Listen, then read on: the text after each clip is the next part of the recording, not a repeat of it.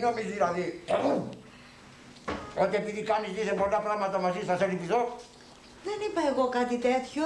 Αμέσως θα τη μιλήσεις. Αμέσως. Λακάσε. Άμα σου λέω την αλήθεια, λακά. Όχι, Κώστα μου, το παιδί πάω να δω αν κοιμάται.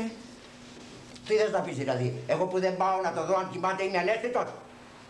Όχι, Κώστα μου, δεν είπα εγώ κάτι τέτοιο. Όχι, πάλι αντίρρηση. Αν έλεγα ναι θα ήταν αντίρρηση, Κώστα μου. Εγώ είπα όχι. Δηλαδή όχι, δεν σε θεωρώ ανέστητο.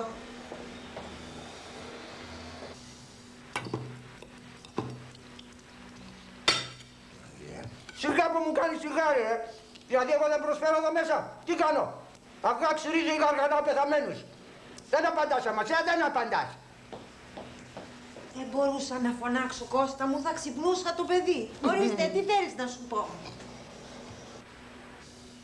Ή απαντάει κανείς την ώρα του ή δεν απαντάει καθόλου. Σούζω μου την πλάτη. Σιγά ρε παιδί μου, σιγά. Μόλις, πού δούλευες πριν, σε υπηκό όμιλο και βούτσιζες άνογα? Πιο σιγά, πιο σιγά. Voilà.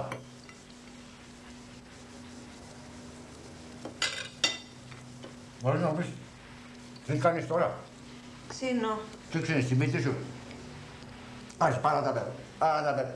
Στο διάλο. Τίποτε μπορεί να κάνει σωστό.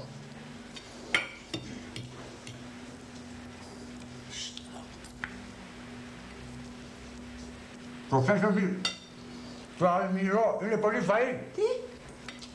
Το φαΐ είναι πολύ αλμυρό, το θέλει? Συγγνώμη. Θα μου έπεσε πολύ αλάτι, φαίνεται. Βέβαια, για να είναι αλμυρό αλάτι σου πέσε. Τι σου πέσε, καστανόχωμα? Αφού τα βρίσκω κέρατα. Γέλα βρε κουτό. Δεν σ' αρέσει το χιούμορ μου? Μ' αρέσει, Κώστα μου, αλλά δεν έχω κέφι να γελάσω. Δηλαδή εγώ που έχω κέφι είμαι ανέστητος? Σκάσε μωρέ, σκάσε μωρέ πια. Στο διάλο. Έλα, βάλε μου κάτι.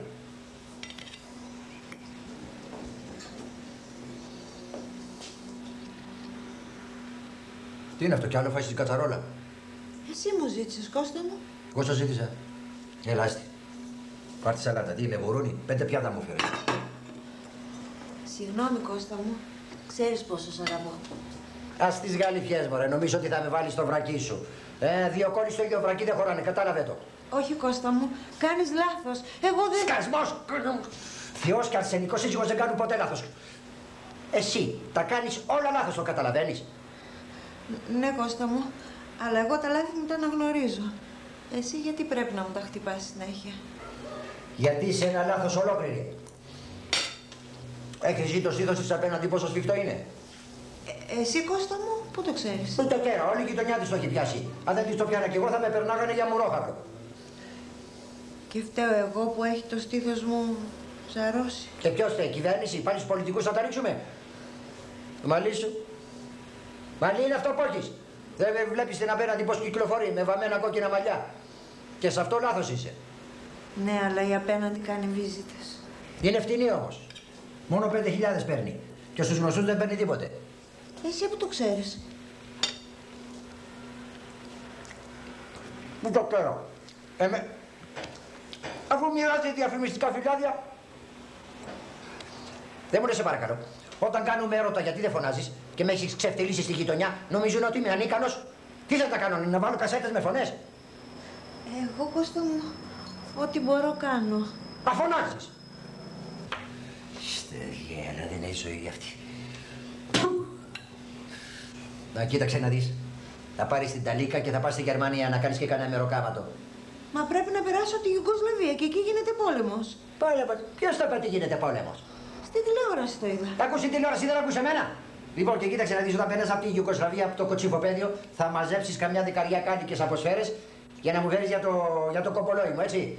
Λοιπόν, εγώ θα πάω τώρα να κοιμηθώ. Και όταν επιστρέψεις από τη Γερμανία, ξύπνησε με. Έτσι, άντε.